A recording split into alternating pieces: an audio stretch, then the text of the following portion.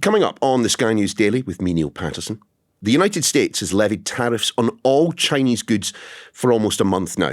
So how has China been coping as the rest of the world waits to see what the president has in store for them? Donald Trump is heading back to the White House. Together we can truly make America great again. We are in for an unpredictable but fascinating 4 years. And we're going to be following every twist and turn for the first 100 days. We'll be bringing you the latest updates and analysis first thing every morning. So join me, James Matthews. Me, Martha Kellner. And me, Mark Stone. For Trump 100, every weekday at 6 a.m, wherever you get your podcasts. Hi everyone, and happy Liberation Day, or maybe not, as that's what Donald Trump has christened April the 2nd, the day on which he's due to announce wide-ranging tariffs that will affect the whole world. Now, the announcement itself is due around 9 p.m. British time, so well after we usually record the podcast, and no doubt there will be plenty of analysis to follow. But ahead of the announcement, we thought we'd take a look at what's been happening in China. As, since March the 4th, tariffs of at least 20% have been levied on all Chinese exports to the United States, and on some goods, it's a lot higher. So how has the Chinese economy been coping, and what effect have tariffs had on the world's manufacturing powerhouse? Helen-Ann Smith is our Asia correspondent. Good to see you, Helen-Ann. Look, I mean, tariffs one thing, we're going to deal with them in just a second, but first and foremost, the Chinese economy, it's not going brilliantly, is it? It's not, and that's really important because that is the context within which these tariffs land. It's the context within which all decisions and reactions will be based. And you're right, it's not going particularly well, certainly not as well as it was, say, 10 years ago. They have a raft of problems here that are really kind of eating away at the edges of society, really high youth unemployment. They had a huge property downturn crash, if you like, that's had a massive impact on the economy. And consumer confidence, that's the big one. People just are not spending their money at the moment. A bit of a hangover from sort of the COVID days, loss of confidence, this sort of feeling that their government could just sort of turn on them at any sort of sudden moment. And people aren't spending their money. And this all sort of culminates to a feeling of real sort of malaise, for want of a better word, economically. It is not a good time, and the government here are really, really aware of that. And of course, I mean, China has been here before. 2016, Trump put tariffs on the country before this. That's absolutely right. And I do think there is a degree to which China is better prepared this time round than it was in 2016. But look, those tariffs that Trump put in 2016, they still stand. President Biden did not remove them. So all the tariffs that we're talking about now, they're actually sitting on top of the ones that pre-exist from 2016. So actually on some goods, we're talking about really quite high numbers. And it's a serious problem, no matter how optimistically some people here might want to cut it. To what extent does China rely on the United States as a market for its exports? I wouldn't say they rely, but it is vitally important for them. I mean, you know all the cliches, you know all the stereotypes, but we cannot emphasize enough how central Chinese manufacturing is to its economy and how good they are at it. They really are. They have perfected the art of precision at scale and at speed and at low cost. And for so many years, that is why Chinese goods have been the most desirable in so many parts of the world, not least the United States. Take this as a statistic that gives you a bit of a context. Exports, of which many are sort of manufactured consumable goods, account for 20% of China's economy, 20%. And then within that 20%, so all their exports, I think the US is sort of roughly 15%. So we are talking about really big slices of this very big economy. And so there's no two ways about it. Big tariff imports, trade shocks is going to have a massive impact here because it's such an enormous part of the whole economic picture. And what sort of things is it that China produces? I mean, I suppose all I need to do is open my phone, have a look on Amazon and just scroll down, presumably. It produces all sorts of things. You know, the bigger kind of manufacturing items, steel, aluminium, so on and so forth. But the thing that it really excels at, the thing that it's famous for, if you like, is consumables. I'm talking about household appliances. You're talking about clothes. You're talking about things for your kitchen. You might be talking about your furniture, you know, just stuff. I was chatting a little while ago to a kind of a manufacturing trade expert who said you can replicate cheap labor in other countries. You could replicate certain elements of manufacturing in other countries. But what China has is these really complex assembly lines that they have perfected over many years. And that is really hard to replicate suddenly. You can't just suddenly flick a switch and that will kind of exist elsewhere. Actually, you are speaking to us right now from the heart of this Chinese manufacturing behemoth. I mean, explain exactly where you are and what you've been seeing. So I'm currently in a sort of little urban hub that's just outside the southern city of Guangzhou.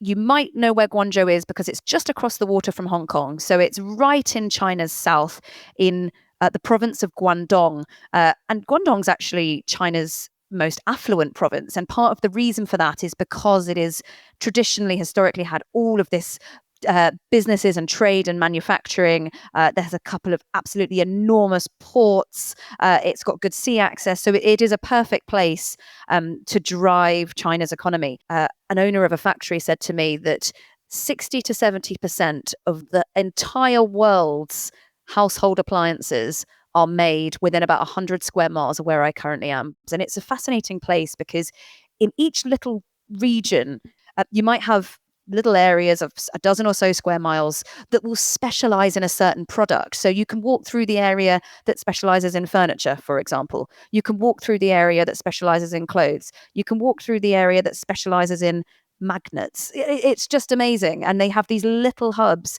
And within these hubs, you have businesses of all different sort of shapes and sizes, if you like. You have the tiny, tiny, tiny little workshops with one or two people in it to the kind of big mega factories that are employing thousands and everything in between.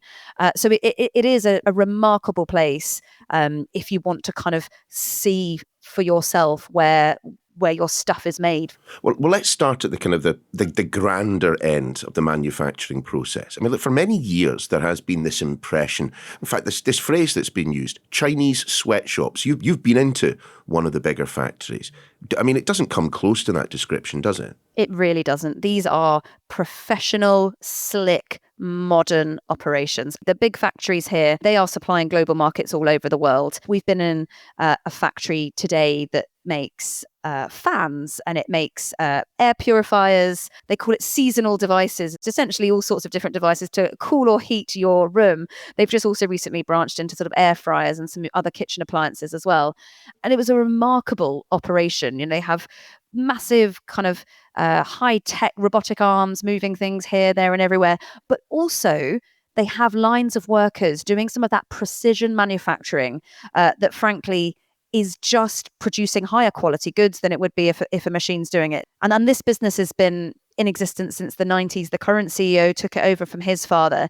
They've grown it from scratch. They're clearly very proud of their business. They're proud of their product, and they produce products very quickly and for a good price. A good price, which I imagine United States customers have up until this point been benefiting from. How concerned are they about what's been happening? They're really concerned. So 100% of what they make is exported. They don't sell to the Chinese domestic market at all. Wow. And 30% of their business right now is to America. So 30% within the last month has been slapped with these 20% tariffs. And it's absolutely had a massive impact pretty much overnight. The CEO was telling me that within just the last month, they've had a fall off in orders from the United States, around $1-2 million worth of orders just within the last couple of weeks. So a really immediate and really specific hit. And the fascinating thing as well, Neil, about this business is that they actually took quite a big hit back in 2016 with Trump's first round of tariffs.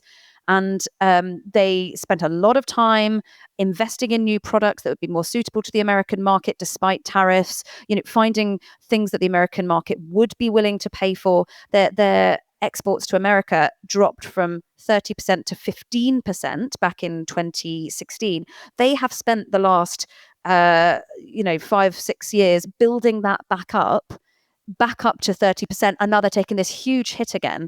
So the CEO said to me, look, it's just not a reliable market for us anymore. It might be a good market, it might be a lucrative market, but it's not reliable. So our only option now is to look for other markets, to Southeast Asia, to parts of the Middle East, to other parts of Europe.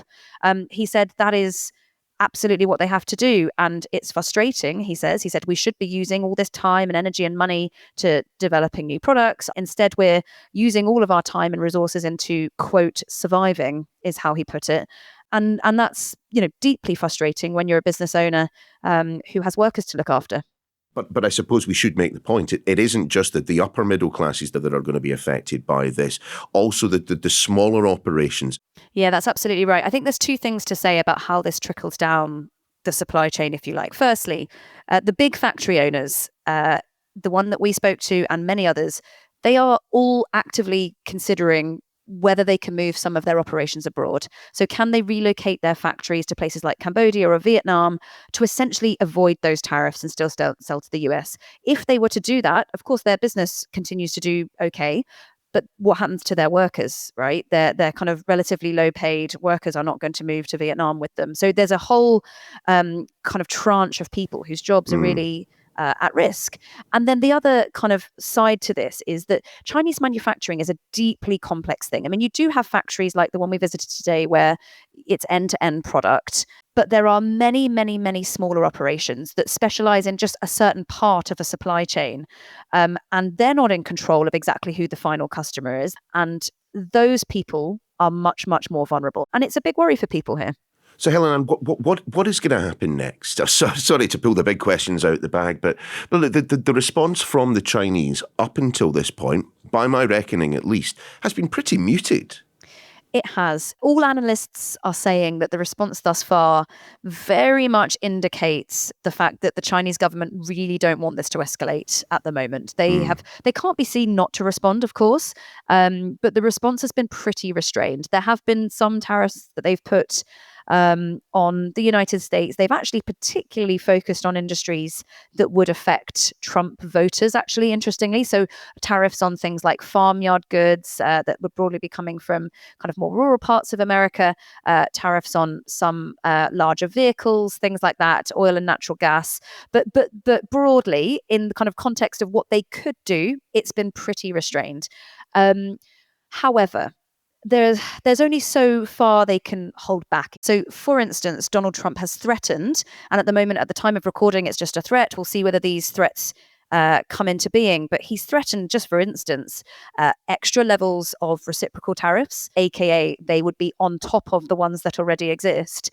You're suddenly talking about really high, serious levels of tax to sell any good into America. And that then becomes like quite a significant trade shock. And the administration here, I think, couldn't be seen to not respond to that. Look, China may very well have been restrained when it comes to the practicalities, when it comes to the practical response. But in terms of its rhetoric, I mean, it wasn't that long ago that the Foreign Affairs Ministry said this: if war is what they want, be it a tariff war, a trade war, or any other type of war, we are ready. I mean, that's pretty bolshy language. Just worth saying it's not absolutely untypical for China. This kind of language is a little bit more in their playbook than it would be in ours. But it absolutely was intended to draw a line in the sand, 100%. And let's not beat around the bush. The nuance there about any other type of war, we are...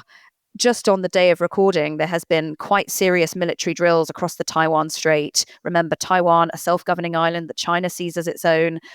Many people across the world worry that could be a front for a war at some point if China did go ahead and invade Taiwan. So, be in no doubt as to what that statement indicated.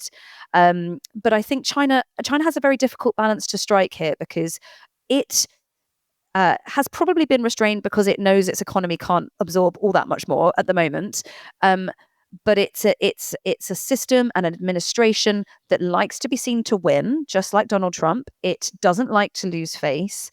And remember, the broader context here is a shifting global order within which these are the two world's biggest economies, the two world's most powerful superpowers, and they are both craving dominance, vying for it. There is a kind of a broader superpower standoff underway at the moment. And many people think that tariffs is just one small part of the things that they have yet to disagree on in a public and perhaps quite scary way.